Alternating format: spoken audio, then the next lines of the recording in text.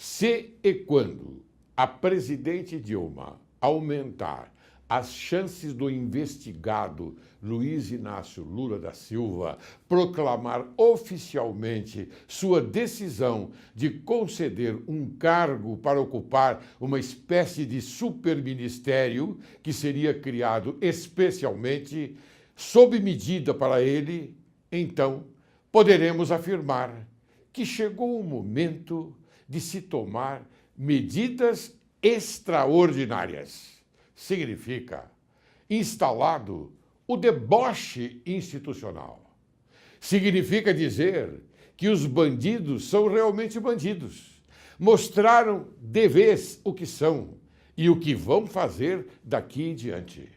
A justiça ficará à mercê da safadeza do governo comunista terrorista, sim.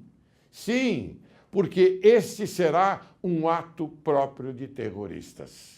Então, Forças Armadas, vocês irão compartilhar e redefinir suas posições de servirem um governo autoritário?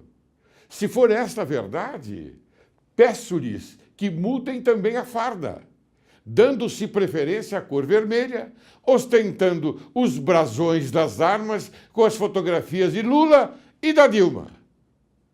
Entretanto, particularmente, entendo que finalmente chegou o momento de se cumprir a Constituição Federal e dar à pátria, com consciência pública, o alimento e o ensinamento no tocante ao dever cumprido, no combate aos impulsos do mal e consagrar, sob o fluxo da ordem, o lume sagrado da honra das Forças Armadas, dos militares. É o que se espera.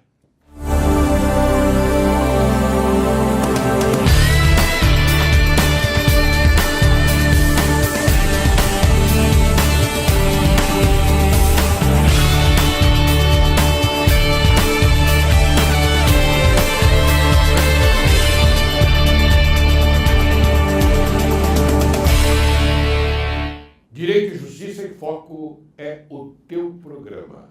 E este é o teu país. Inicio o programa de hoje com as sábias palavras de Albert Einstein. Quando te sentas com uma linda garota por 2 horas, parece como se tivesse passado 2 minutos. Quando te sentas em uma estufa quente por 2 minutos, parece que se passaram 2 horas. Isto é a relatividade.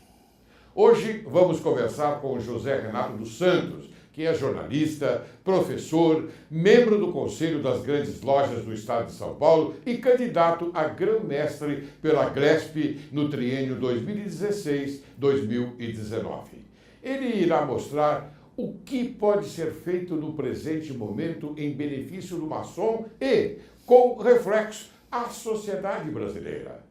Você vai verificar, caro telespectador, e ter certeza que os princípios maçônicos são regidos sob o fluxo sagrado do bem em prol de todos os habitantes do planeta Terra.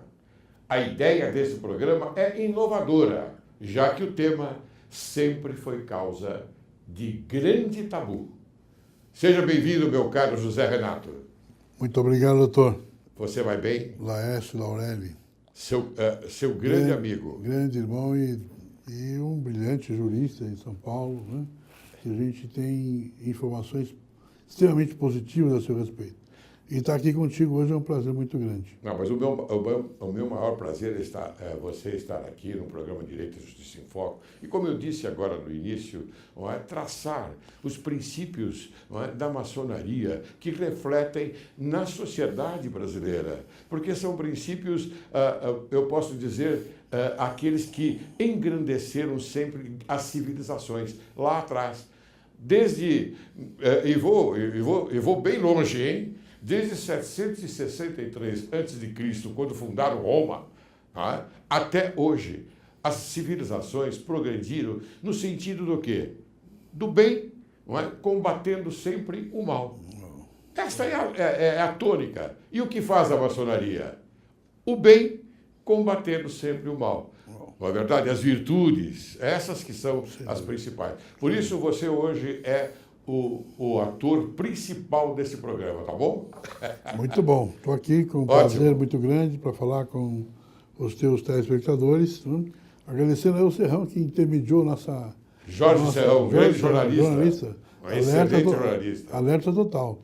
É. Todo dia, às 6h30 da manhã, está no ar. Exatamente. Incrível, incrível. Ele é pontual. Exatamente. Caro telespectador, ele está falando de um grande jornalista que nós temos aqui no Brasil, e eu sou admirador profundo desse rapaz, porque ele é possuidor, não é, de uma legítima inteligência, um homem que apresenta a você a realidade como ela é, com muita capacidade intelectual. Portanto, eu quero prestar nesse programa, e quero que você me acompanhe, uma grande homenagem ao jornalismo do Brasil, na pessoa desse jornalista excelente, Jorge Serrão. Parabéns, Jorge Serrão.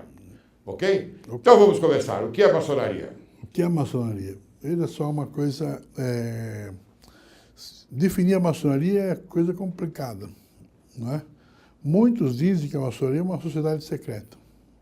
Hoje, alguns dizem que é uma sociedade discreta, né? Mas ela é uma organização de homens que trabalha para o bem. A finalidade principal da maçonaria, resumindo aqui no teu programa, seria isso. Ela é uma sociedade de homens que trabalha para o bem. Tem a preocupação grande de jogar para a sociedade as tarefas principais que a sociedade deve praticar. Não é? Tem uma preocupação muito grande com congregar as famílias. Tem uma preocupação grande de preparar este homem para o trabalho social. Quando fala homem, você fala também a criança, também o jovem, porque hoje a maçonaria ela é ampla, ela tem os demolês, que são os meninos, tem as filhas de Jó, que são as meninas, e as senhoras, né? São as estrelas do arco-íris, e os homens. Quando eu falo isso, alguém pode confundir, não é verdade? Que eu estou falando de maçonaria mista, ou coisa assim. Não, estou falando dos diversos atendimentos que a maçonaria dá, para que você tenha uma ideia de como ela é ampla na sociedade. Ela quer atingir e atinge todos os pontos sociais, né? Não está... Aquela clássica maçonaria definida aí pelo dicionário não é a maçonaria que nós praticamos hoje. Né? Que no dicionário diz lá, é uma organização de elite. Não é uma organização de elite. Não é, tá certo? É uma organização voltada para o bem e para a sociedade. Então, caro telespectador, quando o nosso querido amigo José Renato fala em demolê, ele quer se referir aos jovens, não é? que estão já se iniciando na maçonaria. E isto é significativo, porque é em homenagem a Jacques Desmoulins. Jacques Desmoulins, ele foi guindado à fogueira lá por volta de 1300, não é? Em plena França, com uma discussão de interesses, de riqueza, de dinheiro, não é? Que a elite dominava aquela época. Tanto é que o Clemente IV, que era o Papa, não é? Ficou amigo do seu inimigo Filipe V, se não me engano, não é? E aí, então, eles procuraram acabar com os templários, não é isto? Isso, Jacques Desmoulins foi o último dos templários. Foi o último. Então, é uma homenagem justa que a maçonaria faz, não é? aos garotos, aqueles que querem se iniciar já na maçonaria. Mas você, então, continua, por gentileza, porque eu gostaria de saber o que não é maçonaria e o que a ordem não faz. Ok. Deixa eu só completar um pouquinho esse aspecto aí para a gente fazer Muito bem. um parênteses para ficar claro o que nós estamos falando. Você já definiu os demolês, tem também as filhas de Jó, né, que também tem um pano de fundo para poder estabelecer o seu trabalho, como Jacques Desmoulins e toda a história do Templário é o pano de fundo dos jovens, as meninas também têm o seu pano de fundo próprio. Né? Depois nós temos as estrelas do arco-íris, também é uma o ramo para senhoras dentro da maçonaria, tá certo? E aí tem a maçonaria masculina, que é maçonaria masculina, né? Simplesmente não, e dentro dessa maçonaria não entra nenhuma outra ramificação. Os ramos todos aí são feitos à parte, muitas vezes dentro do templo mesmo, mas é feitos à parte, com outras, com propostas de acordo com a sua idade e de acordo com a sua, com o membro que ali ocupa. Né? Muito Você bem. pergunta... Então, a minha pergunta é significativa. O que não é maçonaria e o que a ordem não faz? A ordem maçônica não faz. Olha, o que não é maçonaria? Não é maçonaria quando existe desrespeito à sociedade. Não é maçonaria quando existe desrespeito à pátria. Não é maçonaria quando existe mentiras, quando existe falcatruas, quando existe solapamentos, conchavos. Isso não é maçonaria. Maçonaria é a antítese de tudo isso. Trabalha de outra maneira, propõe outras coisas. Não é? Isso não é maçonaria. E a seguinte que é? Não, o que a ordem não faz. A ordem maçônica não faz. Olha, a ordem maçônica, ela está no mundo há muitos anos. Você foi lá buscar em 700 para trás, é isso? Não é? Quer dizer, e nós vamos trazer mais para frente um pouquinho. Da época de Rômulo e Remo. Você foi lá atrás, né? Mas vamos pegar aqui um pouco mais para frente para você entender o seguinte, ou para você entender muito bem. Você é meu mestre, né? Eu estou aqui.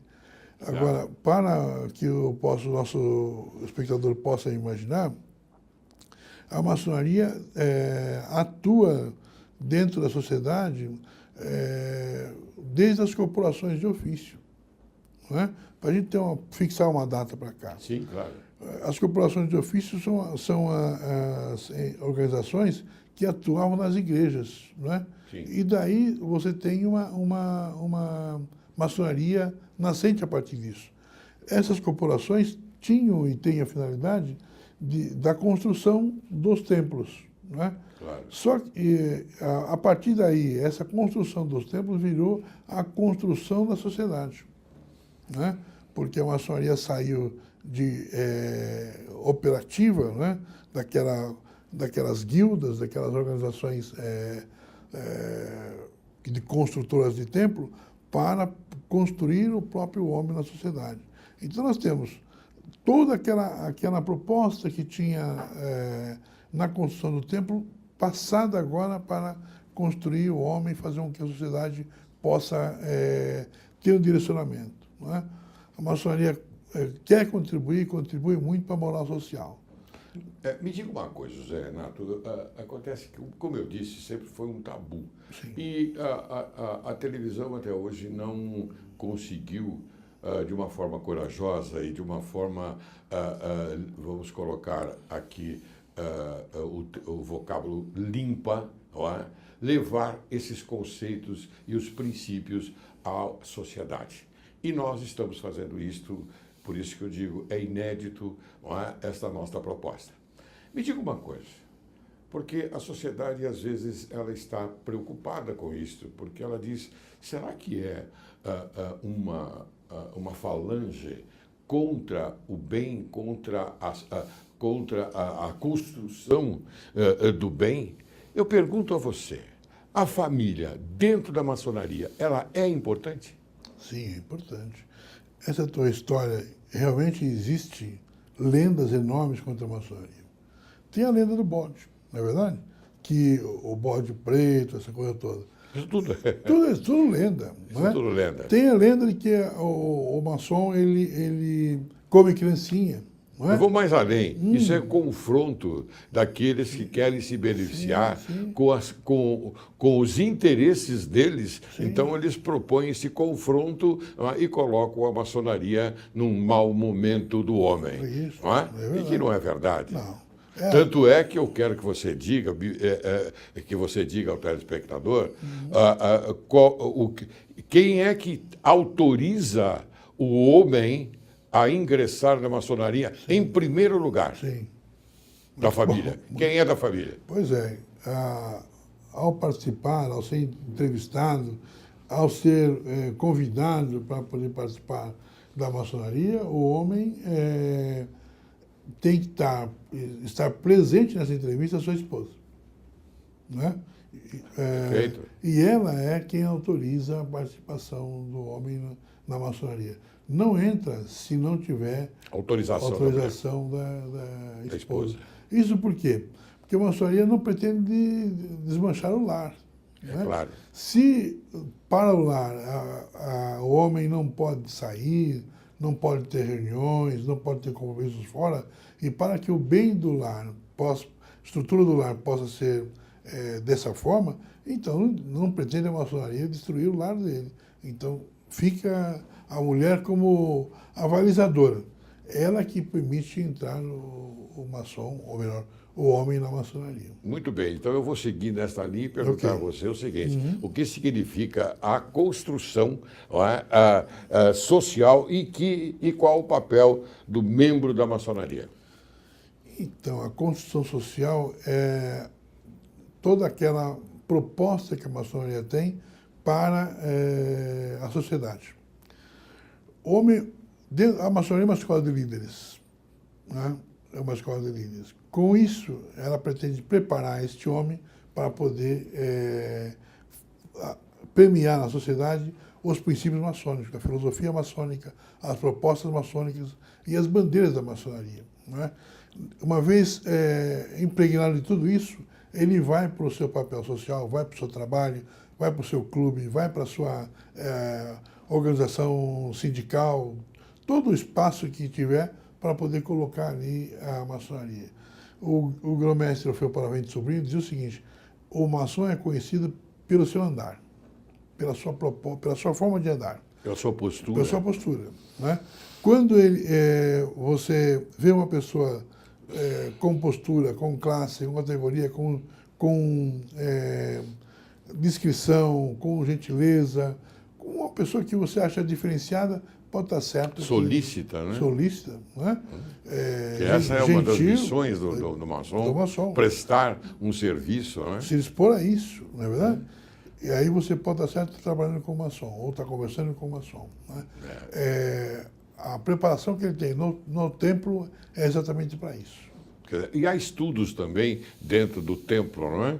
Sim. Estudos sobre filosofia, quer dizer, um alastramento, uma largueza de cultura também. Muito grande. A proposta da maçonaria é ensinar. Né? E ela ensina a partir das 7 ciências, né? Gramática, retórica, a música. A música, não é verdade? Então, todas as ciências estão inseridas no conhecimento maçônico. Cada reunião, por exemplo, ela é modulada com música. Cada reunião se propõe um tema novo. Né? Cada reunião se discute e cada um dos membros que estão presentes participa desse tema. Né? E dá a sua contribuição. Quer dizer, se envolve todos na discussão do tema que está sendo discutido naquela noite. E aí você prepara. Eu considero o seguinte: é uma MBA. O indivíduo entra na maçonaria e já nos primeiros passos ele consegue perceber que ele está fazendo uma MBA que, depender dele, né, vai ser um mestrado, um doutorado, vai prepará-lo muito. Depende de cada um. Cada um vai se esforçar, dependendo da proposta que se colocar para eles, eles vão se esforçar e aprender. Cada um aprende mais que o outro, dependendo da sua coisa. Não se tem todos no mesmo nível, não se tem. Né? Você pode ter... o conhecimento é vertical e horizontal, não é isso? É, claro. Então, dessa forma se consegue pensar na maçonaria, trazer o conhecimento dessa maneira.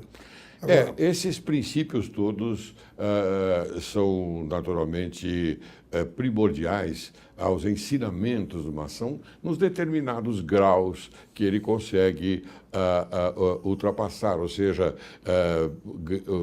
ele passa de um grau para outro e vai obter mais informações ainda, mas sempre calcado naquela tônica importante, que é a cultura, os ensinamentos, não é? Aquilo que, afinal de contas, faz bem à saúde mental, não é? Para que ele leve não é? Para casa, para a residência, para o lar, não é? E, de uma outra forma, espalhe para o benefício da família. É isso? É isto. Imagina só que agora, recentemente, fiquei sabendo que no Grande Oriente do Brasil, São Paulo, É. temos um grupo Eu pertenço ao Grande Oriente de São Paulo. muito bom. Temos um grupo muito grande de centenários, não é? É verdade. Porque mantém o indivíduo o tempo todo preparado, o tempo todo estudando, lendo, né? E isso altera a próprio ritmo de vida da pessoa, não é? E ele acaba tendo um pouco mais de longevidade em função da própria ordem maçônica. Muito bem. Quem faz parte dela, Zé Renato? Faz parte da maçonaria toda pessoa que dela queira participar ou para ela for convidada a participar. Se for convidado a participar, Sim, né? É necessário ser convidado. Vamos fazer esse detalhe aí. Aqui no Brasil é necessário que seja convidado. Nós, os brasileiros, não permitem uma outra forma de ingresso, vale a pena repetir isso, se não for através do convite. Então, um maçom pode convidar outra pessoa a ser maçom. Eu tenho uma pergunta mais genérica, mas eu estou deixando para o segundo bloco, mas eu queria já me adiantar diante da oportunidade que se apresenta no momento. Muito bem. Eu tenho aí uma grande afeição a uma reflexão importante. Em um momento se vive uma vida. Sim. Essa é uma reflexão importante. Hoje nós estamos vivendo uma vida maçônica dentro do programa Direito e Justiça em Foco. Então, eu queria que você explicasse ao telespectador a importância e o teor deste convite. Esse convite pode ser genérico por telefone, por e-mail, por um outro tipo de comunicação, ou ele tem que ter uma outra peculiaridade? Não, o convite nunca pode ser feito por telefone, não pode ser feito por e-mail, nem por WhatsApp, que é o moderno e-mail. Sim. Né? Nada disso. O convite tem que ser feito a alguém que você conheça perfeitamente. Que você já investigou a vida dele. Já sabe quem é. E tem a convivência. Tanto é que uma das perguntas que você vai responder é o seguinte: há quanto tempo você conhece a pessoa que o convidou? Essas são as perguntas que vai responder. Não é? E se você dizer lá há 3 meses, há 2 horas, então você não será aprovado. Não será aprovado. Então você vai ter que falar, você que convida tem que saber quem está convidando. E vai convidar somente alguém que você realmente convive, não só uma convivência individual, eu no emprego, eu no trabalho, eu no clube, não. É eu e a família. As famílias têm que se conviver. Para você convidar alguém, você tem que fazer isso. Por quê? A responsabilidade... Espera um pouquinho. Você vai responder o porquê no segundo bloco. Porque agora, Zé Renato, vou pedir permissão a você de chamar um pequeno intervalo, tá bom? Muito bom. Tudo bem? Mas você vai seguir com esse seu pensamento no segundo bloco. Ok, combinado. Tá bom? Combinado. Caro telespectador, a conversa está sendo muito interessante, porque nós estamos desmistificando este tabu para levar a você uma realidade. Portanto, você aguarde que logo, logo retornaremos.